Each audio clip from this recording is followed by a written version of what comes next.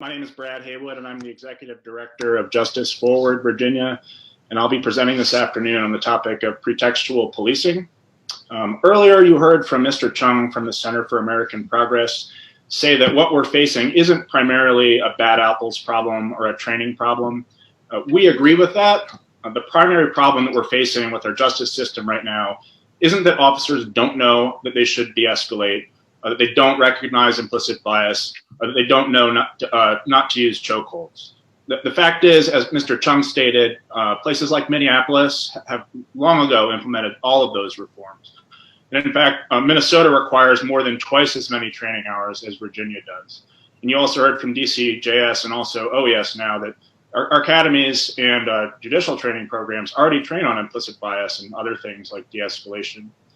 If we implement these reforms only, or if we count on them to drive transformative change, the stark racial disparities that we have in our system are still going to persist. There will still be 1 million Black Americans in jails and prisons. There will still be 1.5 million Black Americans on probation or parole. People of color will still be over-policed, and bonds of trust with communities of color will remain broken. The disparities in the use of force, obviously, as I just said, aren't the only disparities in our system. It seems reasonable for me to believe that they are all part of the same problem at the core of our justice system. And for that reason, that's the problem we need to address. We need to address the problem at its foundations. Specifically, as we see it, we need to get rid of the laws that enable police officers to act on their implicit bias or explicit bias, and not just change the manner in which those laws are enforced. Many of these laws that enable policing based on implicit or explicit bias are known as pretexts. Pretextual policing refers to stopping a motorist or a pedestrian for a minor violation of the law in order to conduct an investigation unrelated to the reported reason for that stop. Essentially what it is, it's a cover story. It's a fake reason, you might even call it a lie. And it's to cover for the real reason, which by itself would violate the law. So if a cover story, by the way, if it's good enough and the officer doesn't tell anyone, they can even pull someone over simply because of the color of their skin. They just can't say it. They can't say that the driver looked suspicious or out of place merely because of the driver's race. But some officers do believe that, whether consciously or subconsciously, that a Black driver is likely to be committing a crime. Some will pull a car over simply because it is occupied by 4 young Black men, because the officer believes that those kids are probably committing a crime. But saying that out loud, the officer believes that young Black men are more likely to be committing a crime, that would violate the law. So they have to rely, as I said, on a cover story. Unfortunately, the Virginia Code provides them hundreds of options along those lines, and many of them are absolutely absurd. They serve almost no purpose other than to facilitate harassment or pretextual stops like the ones we're discussing.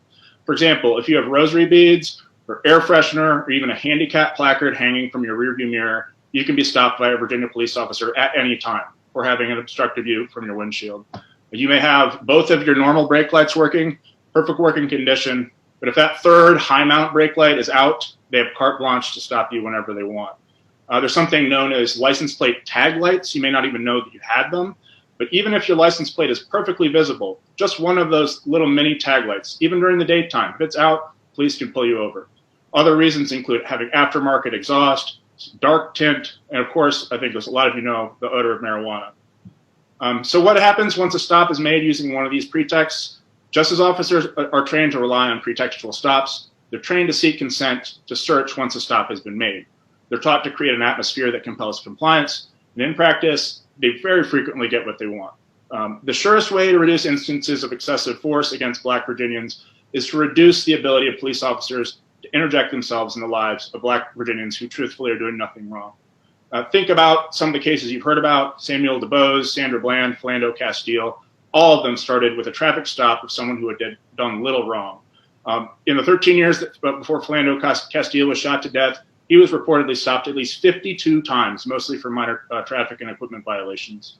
Eliminate stops for minor equipment and traffic violations. If we do that, that would dramatically reduce the number of unnecessary police encounters. In addition, we could create a suppression remedy for pretextual stops. We could place restrictions on consent searches if a traffic stop is made. If we do that, we'll remove the incentives for pretextual policing. And in doing so, we'll remove a main source of distrust of police among people of color. In conclusion, there's much more to do, but if we're going to get to the heart of the matter, this is where to start, and the time to take action is now. Thank you very much. Thank you so much for being here. Next is Jamie Walter.